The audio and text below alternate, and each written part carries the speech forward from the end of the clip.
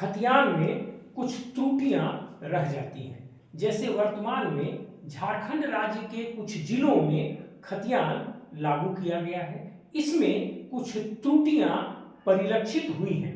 इनमें से मुख्य दो प्रकार की त्रुटियां हैं।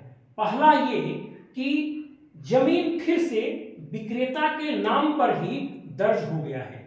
जैसे राम ने अपनी जमीन श्याम को बेच दिया, श्याम के नाम से दाखिल खारिज होकर रसीद भी कट गया, लेकिन जब खतियान लागू हुआ तो खतियान में फिर से उस जमीन को विक्रेता राम के ही नाम पर दिखा दिया गया।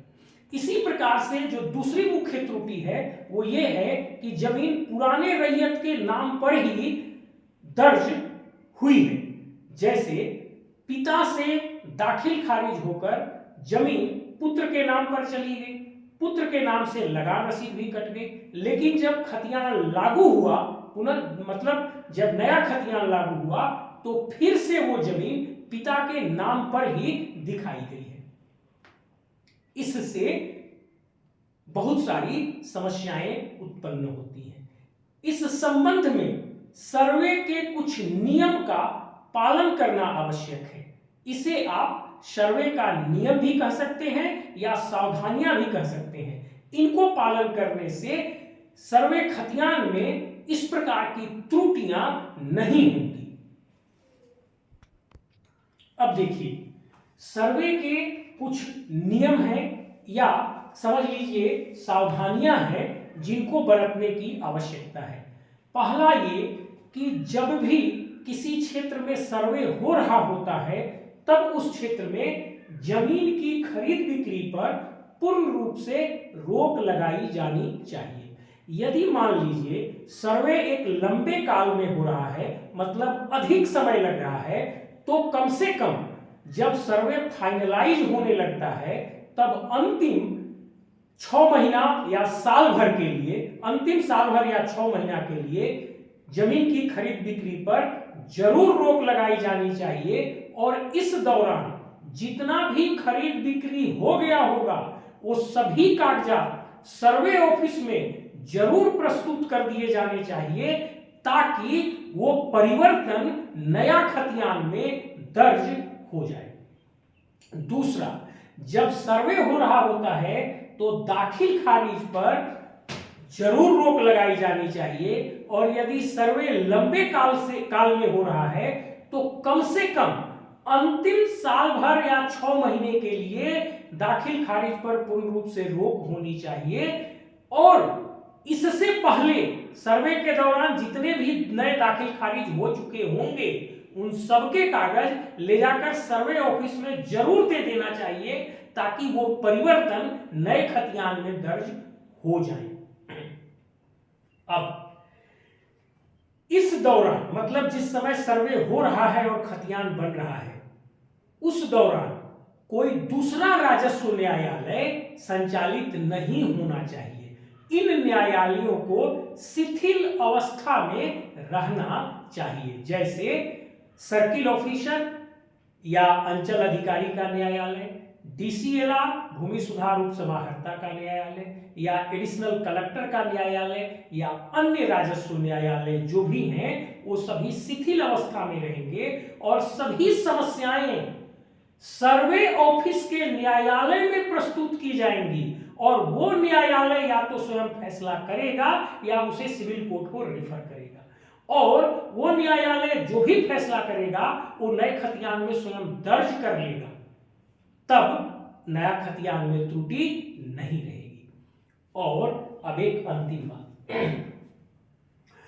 जब कोई खतियान बनकर तैयार हुआ तो उसमें जिस समय वो खतियान तैयार हुआ उस समय तक की जमीनी हकीकत विवरणी होती है। जैसे मान लीजिए कि किसी क्षेत्र में किसी जिला में 2010 में सर्वे संपन्न हुआ और खतियान बनकर तैयार हुआ। अब उस खतियान को तुरंत तत्क्षण 2010 में ही लागू किया जाना चाहिए और उसके आधार पर सारे नए दस्तावेज तैयार कर आगे राजस्व प्रशासन को चलाना चाहिए। यदि 2010 में खतियान बनकर तैयार हुआ और यदि 2025 में उसको लागू किया जाएगा तो उस खतियान में तो 2010 की स्थिति का विवरण कैद किया हुआ है और इन 15 सालों में, अगले 15 सालों में वो जमीन कई लोगों के बीच हस्तांतरित हो चुकी होगी।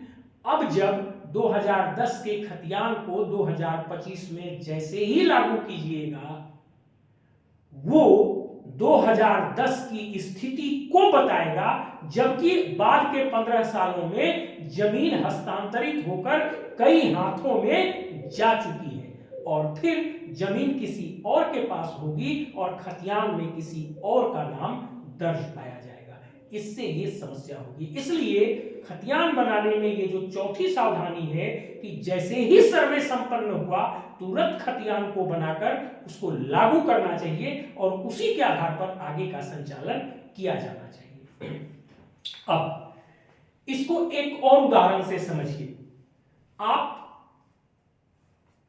भू राजस्व व्यवस्था को, मतलब भू राजस्व प्रशासन को एक घर, एक बिल्डिंग से उसकी तुलना कीजिए। जैसे बिल्डिंग में फाउंडेशन या नींव होता है राजस्व प्रशासन में, वैसे ही खतियान होता है। जैसे बिल्डिंग बनाते समय नींव कोड़ा जाता है, सबसे पहले बिल्डिंग बनाते समय सबसे पहले सावधानी पूर्वक नींव काटा जाता है, वैसे ही राजस्व प्रशासन में सबसे पहले सावधानी पूर्वक खतियान बनाया जाता है। अब जैसे बिल्डिंग बनाते समय जब आप नींव काटते हैं, उस समय नींव काटने के अलावा और कोई काम नहीं किया जाता। उस समय दीवार वगैरह नहीं उठाए जाते, पहले दुरुस्ती से नींव काट लिया जाता है, तब दीवार उठाने का काम शुरू होता है।